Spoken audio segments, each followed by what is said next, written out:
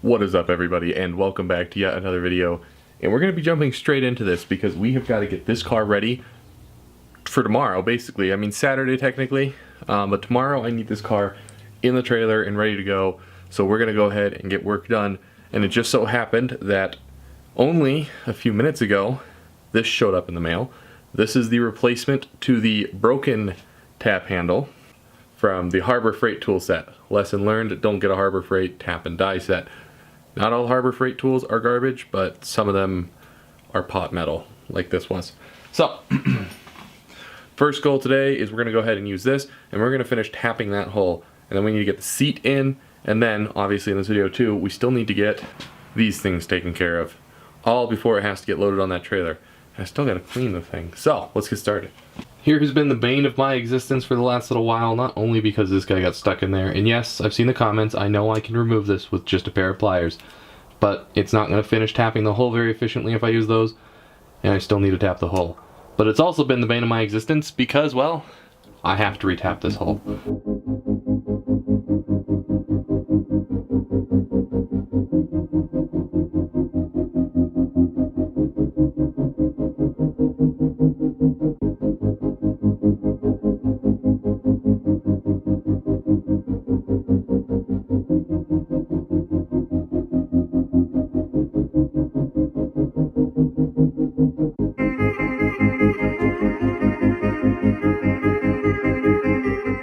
There you go, it did a little bit of cutting. I can see some of those metal shavings there right now, so I'm going to go ahead and quickly clean out this hole. This is now thoroughly cleaned out. You're going to have to take my word for it because I didn't hit record, but I'm sure you guys don't mind not watching a cleaning montage. So let's see if this goes in properly now.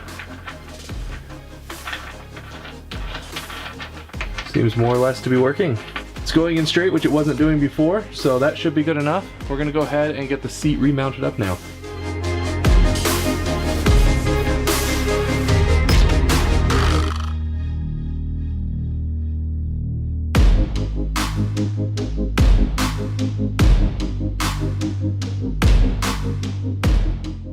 Now quickly, before I reinstall the seat, I want to point out how the bracket works. As you can see on this side, it overlaps where it goes into the car, and then on the other side, it sticks out. So this side's a lot easier to attach. That means it's these inside ones right here, they're the ones that are covered, which is why that one's been cut and it had the issue of going in. And then that one, obviously that one's just fine. I have to get the nut for this on first, and then I have to get this in. Now, when I say get it on, I don't mean tight. I just need to put it on so, because it sits almost flush with the top of this and I can't get the nut on there. So I gotta get the nut a few threads down, then I can move around a little bit and allow me to line this up. And then I need to get that in, and then I can get both of these ones right here and tighten the whole thing down.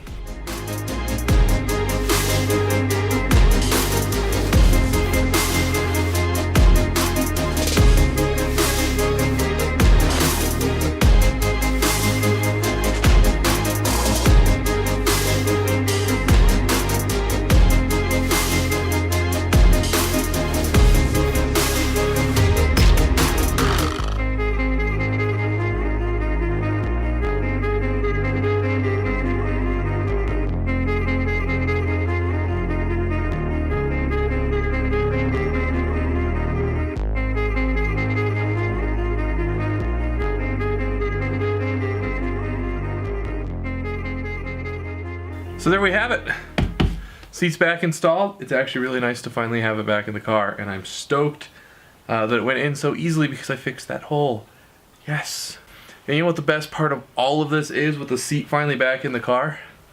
It actually it actually has to come back out in this video too. But as you guys may notice, I got a haircut. Thank you. It looks good. I know, thank you. But while I was down there, I got the bracket that we needed. Problem is, the bracket still doesn't work, but we can fix that. Now you guys may remember when we were looking at this bracket in the factory dash, the one that came with the car, I was pointing out this, I want to stack right on top of it. Problem is, these little wings right here where the screws go in, they kind of don't fit in here at all. So I have a solution to that I can think of. I'm going to try and cut a little notch out here, and I'm going to try and rock it in, and then I'll double side tape it down. I didn't want to do that to the factory bracket. I wanted to keep it, you know, perfect condition. So we're gonna go ahead, notch that out, and then we should be able to install both of these back into the car. No problem. Now real quick, the best way to notch this out would be with a Dremel. I still don't own a Dremel, but I do have a step down drill bit.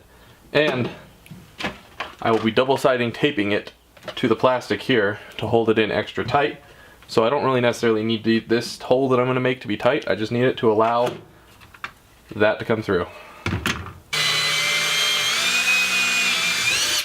Just like that. Of course there's not one there. Why would there be? I took a look. I was going to repair that with one because I have more from the pulled dash, but the little piece here is pretty ripped up, so there's nothing I can do about that. So it's not going to hurt anything too much because this will be secured up here. Anyway, so these wires right here, these ones have to go up to here because they're the ones for this guy.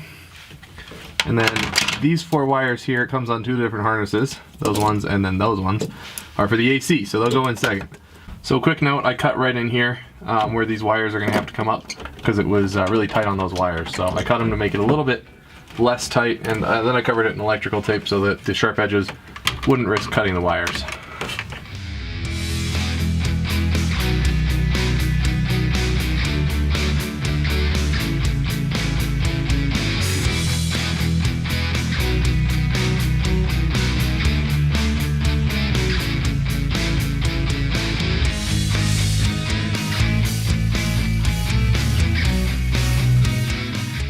Now I'm just going to quickly throw on the air vent so I can put in these 2 screws right here because of this point right here where it's just kind of loose. I just want to get that taken care of all in one go.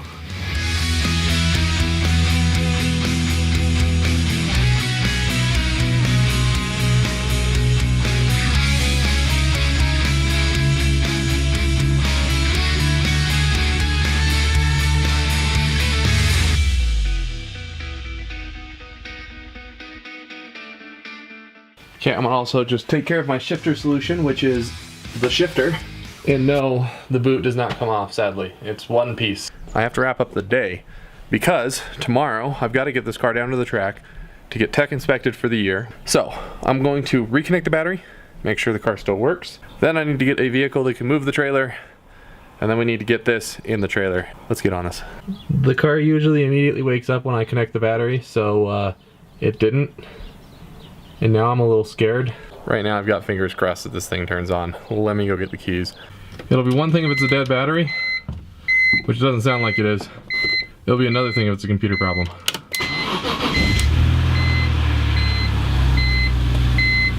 Would you look at that? Still gotta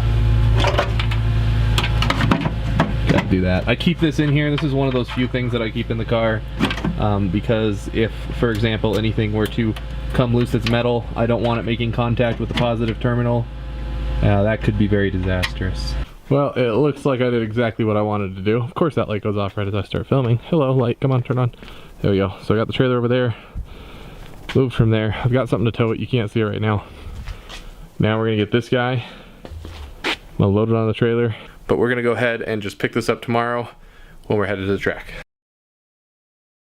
What is up, everybody? It is the next morning, and I had these grandiose ideas of how great this Cars and Coffee would be and seeing all the cars, but the weather decided it didn't want to work with us. There might not be a lot to show at this tech inspection.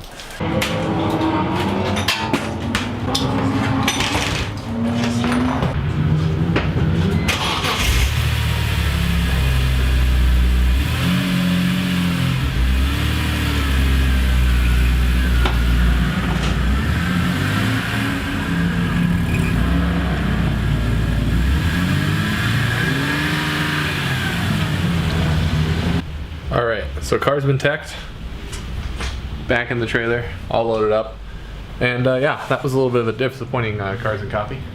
Now yesterday did not necessarily go as expected. I really wanted to enjoy the car show with you guys and show off some of the drifting and track stuff while getting my car tech inspected, but you know, you win some, you lose some. But that being said, here we're hopping back into the trailer here. I want to show some things that I noticed. Now when I got to the track, I noticed I was getting leaking out of this side of it. Just like I had already mentioned, I was getting out of that side of it. So the whole counter was completely soaked. But it's all happening on the other side of this.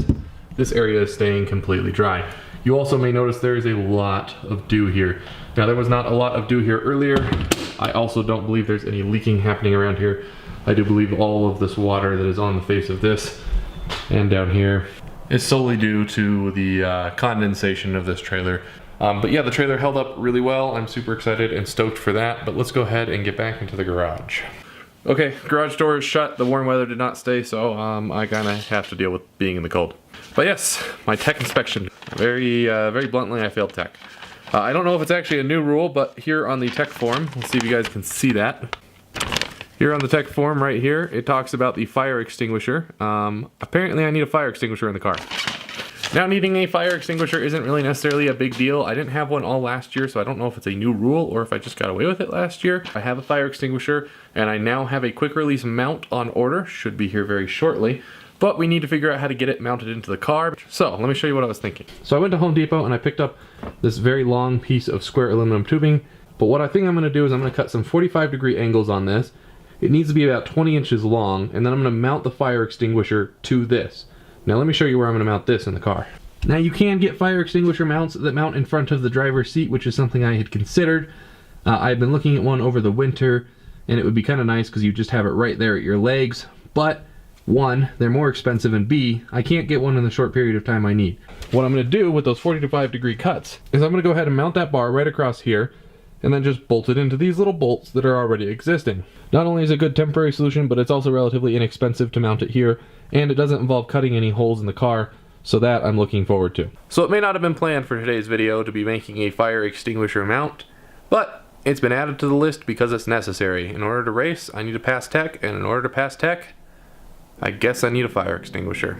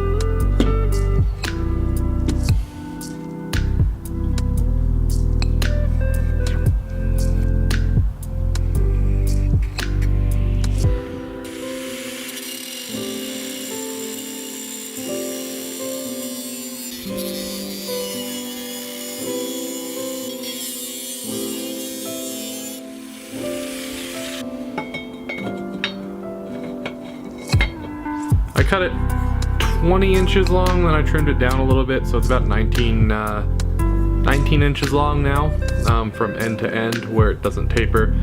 As you can see, I did go a little bit more than 45 degrees on both ends, so I'm gonna go ahead and file this down. Then all we're gonna need to do is drill some holes, and we have a bracket.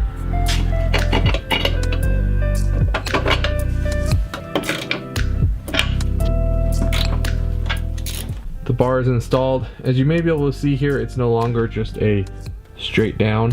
I couldn't A, get the nuts on here with the sidewall, but B, I couldn't get the ratchet in there with the sidewall. So I had to cut them down so that I could fit the nuts on here, but still turned out just fine. The car is finally race legal and finally put enough together to go racing. Well, I say it's race legal, but we're still missing the fire extinguisher down there. But don't worry, that'll be done before the race weekend. I just have to wait for the parts. Anyway, that just about does it for this video. The car's not done being built, but we've got enough done to go racing, so hopefully we can start scoring some points out there. It is not done being built for the year either, so there are changes that are still going to come to it. But this is going to be enough to show up. We do have some stiff competition this year, so we'll see how that turns out. If you guys like the video, maybe consider liking down below, and if you like the content, maybe consider subscribing because it helps me out, helps me get this content made. And as always, guys, I'll see you in the next video.